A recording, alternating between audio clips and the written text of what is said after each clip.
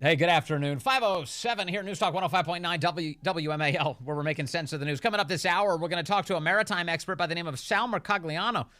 He's got some details for us on the cleanup in Baltimore of that collapsed bridge and what it's going to take to rebuild the whole thing, how long that might take. A lot of things going on there, and Sal's going to be able to fill in, color in some of the lines for us here. And you can join us at 888-630-9625. 888-630-WMAL. You know, it is something of a pastime now on the right to just go after the idiots on the right who aren't doing enough to get our country back on track. You know, the Republicans in various places around the country, but particularly in Washington, D.C. We like beating up on them, don't we? I don't think I really enjoy it, but it helps, right? At least we can direct some of our ire towards the people who deserve it. Like, hey, when are you going to actually do what the voters want here? Are you going to get our country back on track or not? I mean, you were elected for that reason. Can you do that, please? Work towards that? Some are. Some guys are. We talk to a lot of them here on this program. But I was encouraged this week in one big way. Wisconsin voters, God bless them, have banned Zuckerbucks.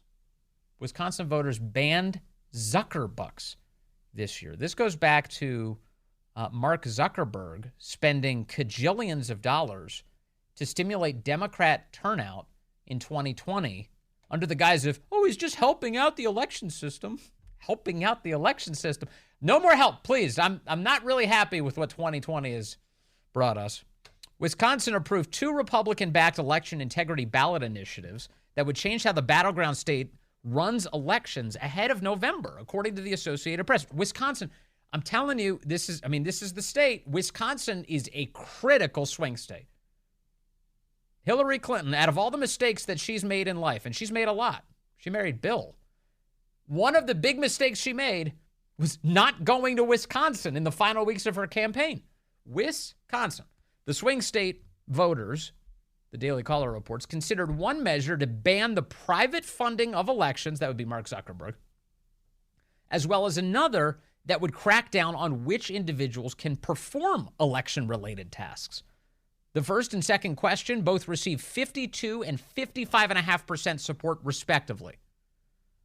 Question 1 targeted Zuckerbucks, which is a reference to the massive amount of money that Meta CEO Mark Zuckerberg poured into election offices all across the country in 2020 through the Chan Zuckerberg Initiative. His wife's name is Chan. Apparently, I don't think she took her husband's name, right? He's that rich and you can't even take his name? Anyway, so Chan Zuckerberg Initiative, the Center for Technology and Civic Life, a left-wing nonprofit, received $350 million from the initiative to help with the administration of elections during the COVID-19 pandemic. CTCL is what you call them. The CTCL granted Wisconsin $10 million for its election efforts last cycle, according to NBC News, when President Joe Biden defeated former President Donald Trump by less than 1 point. Trump had won the battleground state against Hillary Clinton in 2016 by a similar margin. This is like tens of thousands of votes we're talking. Conservatives argue that Zuckerbucks were used to unfairly boost Democrat turnout in 2020, as the funds largely went to, left-leaning urban areas. Since the 2020 cycle, 27 states have outlawed or curbed such private funding in elections. You got that? 27 different states have banned Zuckerbucks since the 2020 cycle. That is progress. A majority of the states in the country have banned Zuckerbucks. That's a headline that you should know about. According to the National Conference of State Legislatures, Question 2 would prohibit individuals from carrying out election-related duties unless they are an election official designated by law. The state Republicans, along with Wisconsin Republican lawmakers like Senator Ron Johnson and Representative Brian Steele, encouraged voters to support both ballot initiatives on Tuesday. Conversely, the Wisconsin Democratic Party opposed the measures, according to NBC News. So if you're a Democrat who's listening, guess whose party is on the side of letting billionaires control elections? That would be you. That's what the Democrats were up to. And here you have Republicans saying, no, we're not going to allow billionaires to control elections. They should be controlled by the people of the state of Wisconsin. And we're going to banish that. We're going to banish the use of these private funds to run the election system. Now, here's another sign of some progress among Republicans. So this brought me some glee. I loved the way Republicans got this across the finish line in Wisconsin. So the advertising for these ballot initiatives included the following ad that was meant to appeal to lefties in the state. You ready for this? This is the best ever.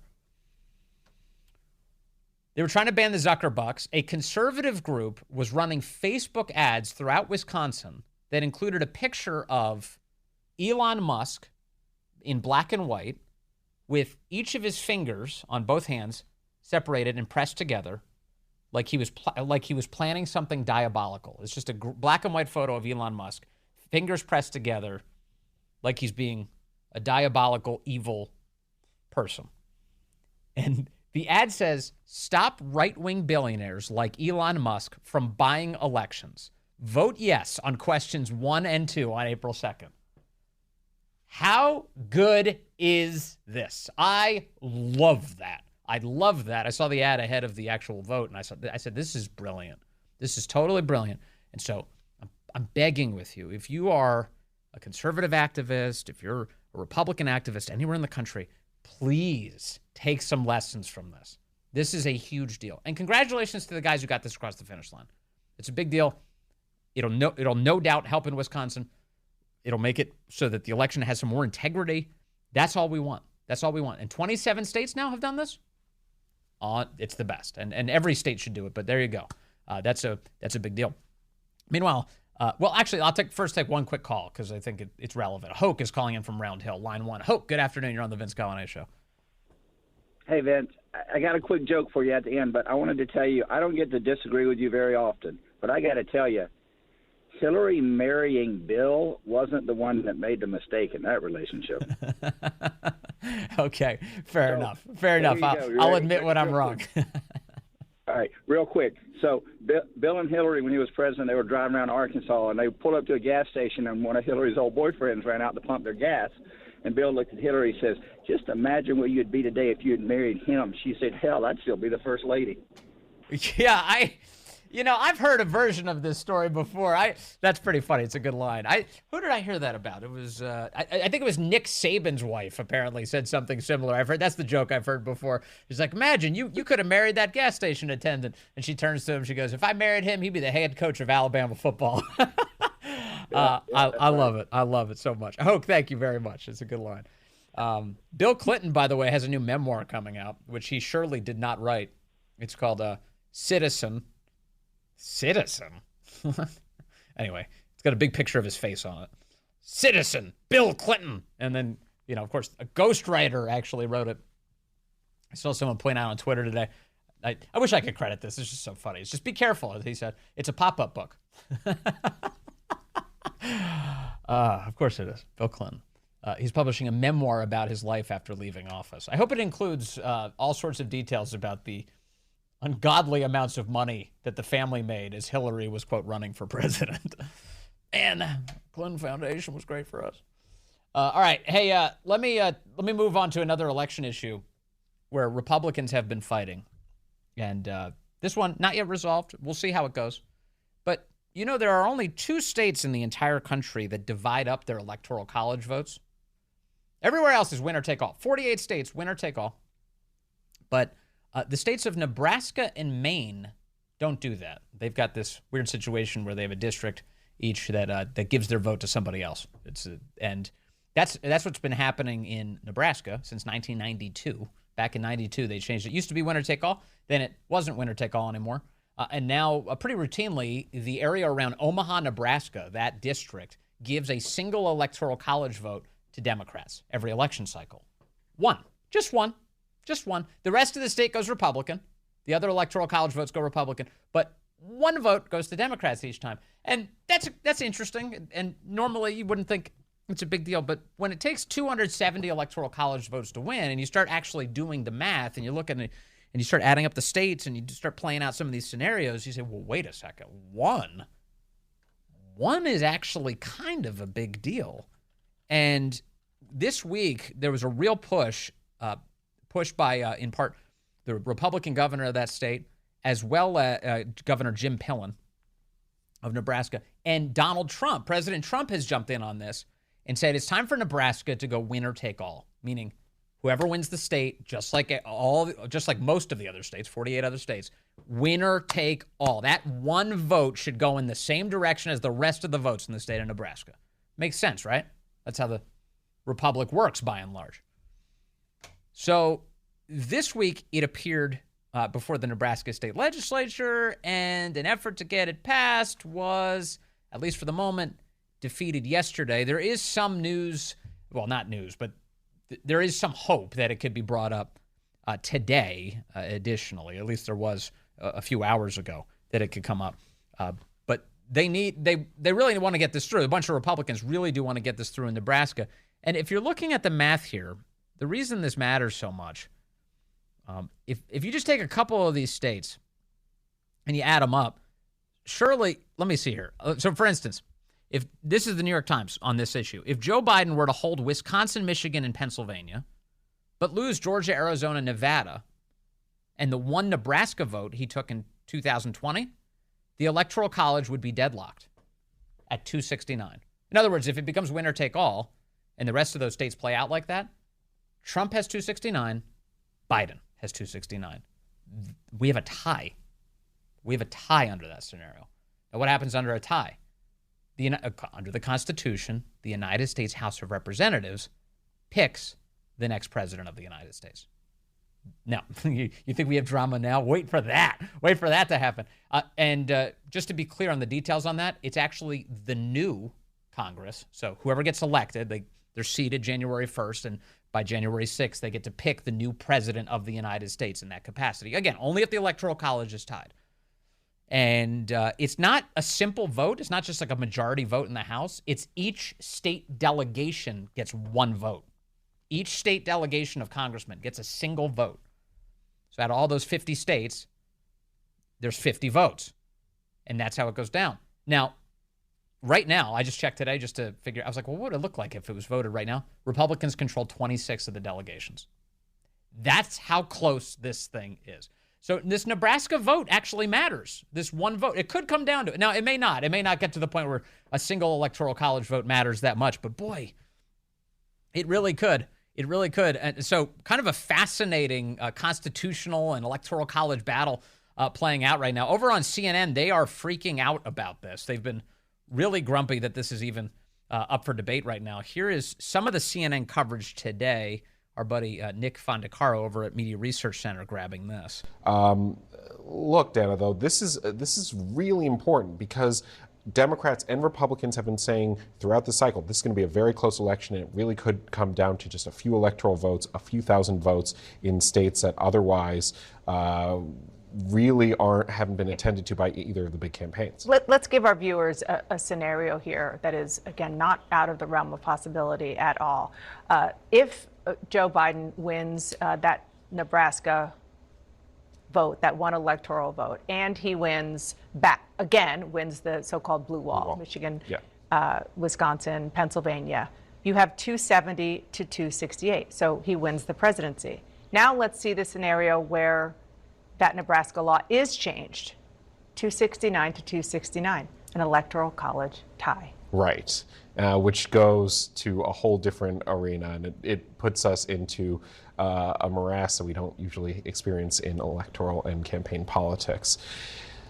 That's why, and this is entirely possible. We've seen in the past few election cycles that the blue wall is breachable, and that states that are usually Republican-leaning can be flipped, Arizona and Georgia. So it really could come down to a few electoral votes, and it could come down to one congressional district in Nebraska.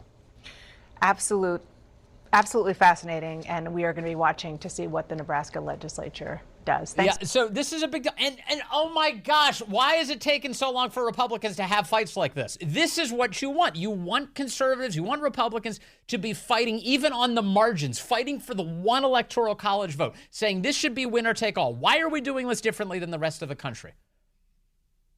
This could be the difference between another Joe Biden presidency and another Donald Trump presidency.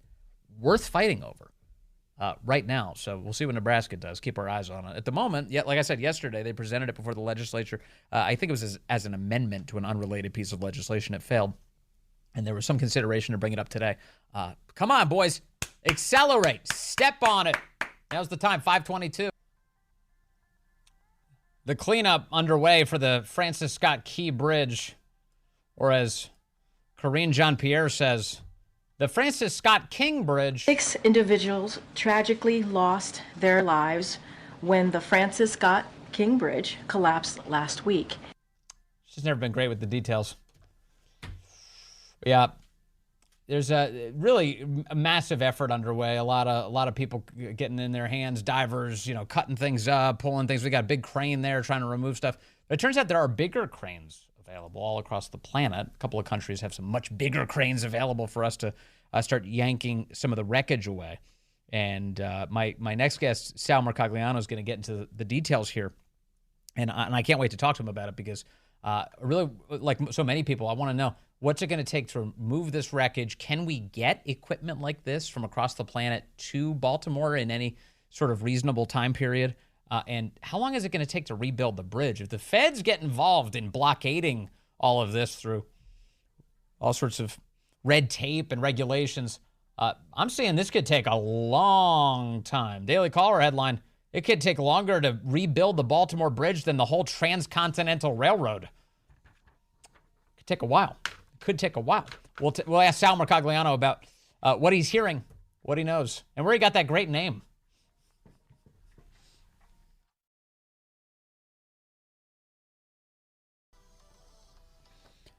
Hey, good afternoon to you. 5:35 here, News Talk 105.9 WMAL, where we are making sense of the news. You can join us today, 888-630-9625, 888-630-WMAL. Salvage efforts continue after the Francis Scott Key Bridge was taken down recently, struck by a container ship. Trying to clear a pathway to the ports there in the Baltimore area. The latest on this, I want to bring in Sal Mercogliano now, an associate professor of history at Campbell University and an adjunct professor at the United States Merchant Marine Academy. Sir, great to have you with us on the program. Thank you. Oh, thanks for having me. This obviously, this is a tremendous effort. It involves a lot of different levels of government, a lot of expertise that the average person doesn't have. Give us your sense right now of how the cleanup is going. Well, I think we've been getting updates from the Unified Command Authority. It's a huge undertaking. I think people are underestimating the amount that has to be done here. You've got three things going on concurrently. You've got to stabilize the vessel, the dolly. It's aground, hard up against the pylon. It's got about 4 tons of bridge on its forward bow. So that issue is a massive one just by itself. And then you throw in the collapse of the bridge across the main channel. That bridge has collapsed onto itself and buried itself in the mud 50 feet down. And then you have the ancillary sections of the bridge that also have to be cleared. So this is a massive undertaking. I just can't imagine. I mean, what kind of work goes into cutting apart pieces of a bridge that's that far underwater? That must take immense talent, first and foremost, but the kind of tech that most of us don't usually ever see. Well, I mean, you're talking about going underwater. You're talking about having to cut pieces that can be hoisted by the cranes you have on site, which aren't the biggest cranes in the world. So that means a lot of cutting has to be done. What you literally have right now is divers going underwater in almost zero visibility, being talked into position because they're being observed on sonar and side scan sonar and directed to where to go to feel the bridge and then to do cutting. It's really intricate, not for the claustrophobic. And as you start getting deeper and deeper, you got issues with decompression as you start going over 35 feet. Just amazing. So I saw John Conrad over at G Captain, who we talked to last week on this very issue, was pointing out what you just pointed out, which is that we're not even using the biggest cranes available to us on the planet. Other countries do have bigger cranes than we have. Can we seek to get access to those cranes as a way to help this cleanup effort along? Well, I mean, we have bigger cranes right here in the United States. We have the crane that helped build the Tappan Zee Bridge up in New York. We got the VB 10,000, which helped with the salvage of the Golden Ray down in Florida. So, I mean, we really need to be tapping into a lot of resources. But really, the big issue is cranes are great, but we have to have a good, solid plan first in how they're going to go about moving the bridge off the ship and then out of the channel. Because, again, is it going to be a cutting operation and we're going to cut it into pieces? Are we going to drag it out of the channel? Those are the type of things. And the problem is we're still doing that sonar and analysis so that we can really come up with a good plan. The ship has been heavily damaged up forward. And so it's not an easy prospect just to move it. Plus, the ship is pinned down on top of a gas pipeline, so the ship has to be raised before it can be pulled out. Holy cow. So who's in charge here in the end? I know you talk about a unified command, but who's ultimately in charge of this whole operation? So they're using a unified command approach, which means there's a series of organizations, and so they're working collectively. You've seen Governor Moore come out and be kind of the spokesman for this.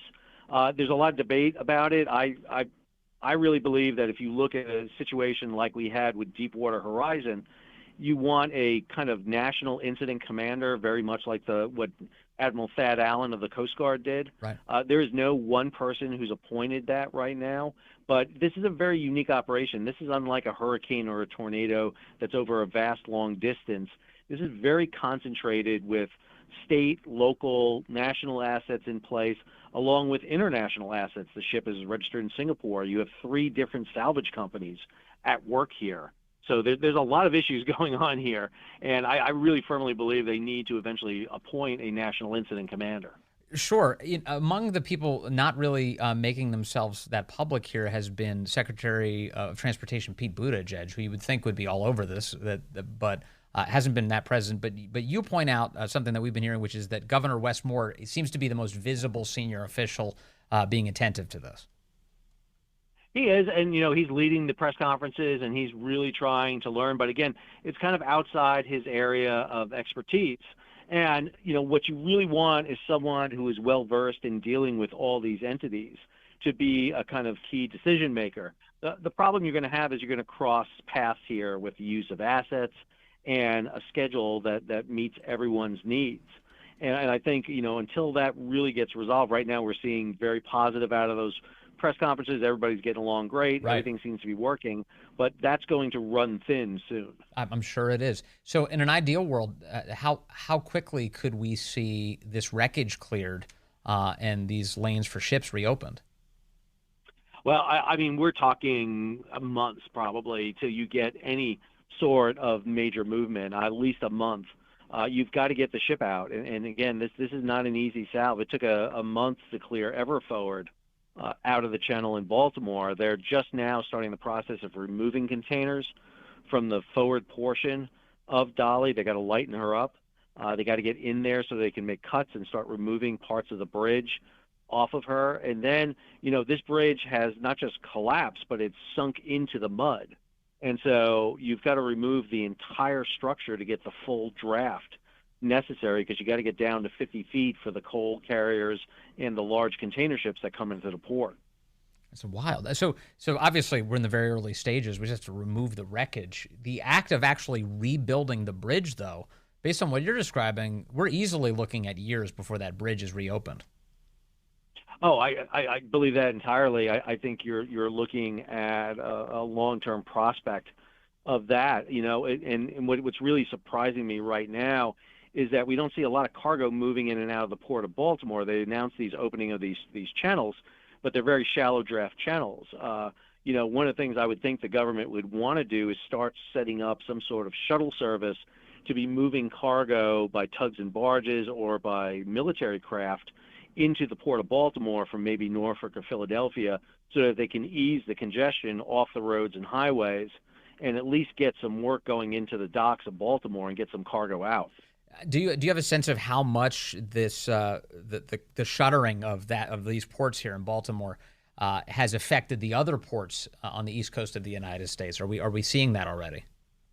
Yeah, I mean, we're seeing congestion in the ports. It's going to start manifesting itself. The vehicles are going to be one of the biggest. I mean, you have a port here that deals with 60, 70,000, vehicles monthly, and those have got to go somewhere else. And that's going to be a big problem because there's just not the facilities to take that. Same thing with the coal. There's nowhere to really export that coal that can come out. So coal's going to start backing up. Sugar and salt imports can't go anywhere else. They have to go to the facilities that are there. So it's going to have impact. And, we can also expect to see insurance companies for shipping start relooking at ships coming into U.S. ports and raising the concern. If you're sailing into a port with an infrastructure that may not be up to par, I may have to start charging you some extra money. And on the actual protection of our bridges, I know that there's been some discussion in the wake of this bridge collapse for those of us who were unaware of how easily something like this could happen, that there be barriers blocking ships from getting so close to the main support structure for a bridge like this. Do you think that this will spur along that kind of conversation, certainly, and an effort to protect bridges across the country now? Well, those conversations were happening. I mean, when Port of Baltimore looked to expand, they were dredging the harbor. I mean, they had a deep draft harbor pretty much to begin with. Right. But they brought in the bigger cranes in. But the problem you have is our ports and our waterways are very bifurcated. The terminals, the port is a local entity. It's a state entity, whereas the waters are federal, and then the bridges are controlled by the state of Maryland Department of Transportation. So that, who's there watching the big picture that, okay, you're expanding the port, you're bringing these bigger ships in. We really need to make these bridges more robust. And entities like the U.S. Maritime Administration under Secretary Buttigieg in the Department of Transportation should have been looking at this, but unfortunately they don't have the resources, the people, the money to do these type of studies. And unfortunately there is no one really there to catch it. In terms of the other aspects of a federal government role, there's going to be, I imagine, a decent amount of red tape in the way throughout this process, especially when it comes to rebuilding that bridge. My guess is you'd be for trying to get through a lot of that as quickly as possible. Well, I think you need to do what you can to expedite and accelerate it as much as you can. But again, there was no plan to replace that bridge, so there's no design at all that's in the works right now. So plus you're going to have to redesign that bridge to a new design so that it can be reinforced. You probably want to build it higher so to allow bigger ships to come into the harbor. So we're talking about some major changes. You probably want to move the pedestals further away from the shipping channel. Yes. So this is a huge, massive endeavor that is going to take time for the Port of Baltimore. And Sal Mercogliano, do we have the brain power here in the United States to handle all of this? It sounds like it's a lot of complex issues here. Do we have the people who can handle it? Are we well equipped as a country at this moment? Well, I think we have the people to handle it. The problem is, can you get the right people into the room? And that's always been a big issue. We tend to be very much, focused on one thing at a time. So we're looking at the salvage right now, but like the issue I said with moving cargo, I'd like to think there's somebody, in a room right now looking about how can we get some cargo flowing past the bridge into the Port of Baltimore right now. And so you just need to bring the right people. The problem is you need good leadership for that. You need someone who can sit there and look past the disaster and also be looking forward. And unfortunately, I think what we're doing right now is we're just so fixated on the bridge and the disaster that we're kind of missing what we can do in the short term to start alleviating some of the pressure in and around the Port of Baltimore. Amen. All right. Well, Sal Mercogliano, thank you very much for your expertise and your time today. Really appreciate you, and I hope you can come back soon so we can talk about this as it progresses. Oh, thanks for having me. I appreciate it. Thank you very much, Sal. Again, he's a professor of history at Campbell University and an adjunct professor at the U.S. Merchant Marine Academy up there on Long Island. Good to talk to him today. In fact, I'm familiar with the Merchant Marine Academy. My dad worked there back when we were. They have for Merchant Marines who are there training who want to become United States Marines. They have a Marine option program. My dad ran that for a while. Met a bunch of great young people who became lifelong friends and just really impressive United States Marines. Sam is in Alexandria. Speaking of Marines, line one. Sam, good afternoon. You're on the Vince Gallané Show. Hey, brother, I won't take that as a front since I am a former Army Special Forces guy. Oh, excuse me. I thought, Sam, somewhere in my head, I thought you were a Marine. I think you just paid a compliment or something at one point to my dad. Maybe that's what it was. But Sam, yeah, thank you very much. I mean, I have full I have full respect for any service members, particularly Marines. I mean, boo to them. Yeah. That's scandalous. Thank you, Sam. I'm sorry. Who is an Army thing? Hoorah. Yeah, so I'm just a regular old retired Army guy, and I've been thinking about this. And the problem is we don't have leadership. You know, we had a gentleman back in the early '60s that said, by the end of this decade, we will have a man walking on the moon. He put a mark on the wall and forced people to meet that. Right. And we didn't have that. So as soon as this happened the next day, I said, if I were the boss, I'd say, this port will be open in 30 days. And I will look for the person that will make it happen. And like some of my notes I wrote to myself were, you know, we had the USS Cole that was attacked on 12 October back in 2000, and they floated that and got it out of the harbor within about a little over 2 weeks. And so I'm looking at what we're talking about with this particular vessel and the superstructure, of course, and I just don't think that we have people that are thinking agile, multiple avenues of approach on it. Like your guest talked about, you know, using the tugs, the barges. I mean, I'm thinking, why are we not dredging right now? Why are we not cutting the bridge into sections and using ballast bags? I think we've seen them in movies, to where they can inflate those and they can lift tremendous amounts of weight, and you just pull the thing out of the way. You know, those are the kind of things that I'm thinking that, as you, and I think you asked your guest, do we have the minds and the expertise that can think through these things and say, we can make this happen? But before you do that, you have to have a mark on the wall, and we just don't have that. It's like, you need leadership. You know, I imagine, as you're saying this, I'm kind of envisioning in the hypothetical, if Donald Trump were president at this moment, what would that look like? My suspicion is that Trump, first of all, would have been at the port of Baltimore like this. He would have been there in a second, standing there in front of that bridge, taking control and saying, we're going to get this fixed. And assign, you know, top people to it. Pete Buttigieg is truly AWOL right now. The guy, he showed up for a minute and now he's gone. He's back to, you know, riding his bicycle around or whatever, but he's gone. He's away from this site because the way the Biden administration views this is a disaster. I don't want to be close to it. This is a bad thing, and bad things are bad to be near. And if I'm near it, people might think I'm responsible for it. So I got to get away from it. That's just the way they react to all these things. And whereas leaders say, you know what, I'm going to tackle this, and you know what, I'm going to let the chips fall where they may, but people should reward me politically at the end of this because we will have success. I'm going to, as you point out, Sam, I'm going to put a mark on the wall. I'm going to achieve it. I'm going to make sure people see me doing that. Yeah, and you have to have multiple axes of how you're going to take care of it. It's not a one avenue of approach to where you say, okay, first we have to do this, then we have to do that. You have to combine it all and say, okay, the plan is we're going to dredge both sides and get that sucker down to 50, 60 feet or whatever, and then we're going to lift that ship or pull that ship off, and then we're going to float the superstructure of the bridge and float it away, you know, pull it off using ballast bags or whatever we can do. And I'm an old Army guy. I've never built nothing. I've blown stuff up. But to me, you got to have a leader that says, daggone it, we are going to do this, and here's how we're going to do it. Well, maybe we need to blow it up, Sam. Maybe we need your expertise there. That could help, you know, get under there, plant some charges or something. I don't know. I'm not sure how this works, but I like the idea.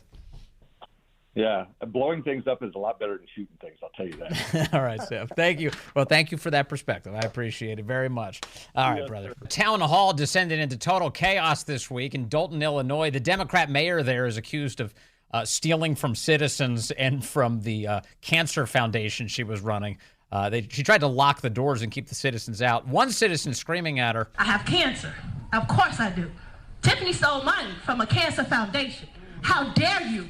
How dare you steal? And I helped you with your campaign. How dare you steal from us? I had to buy my wigs.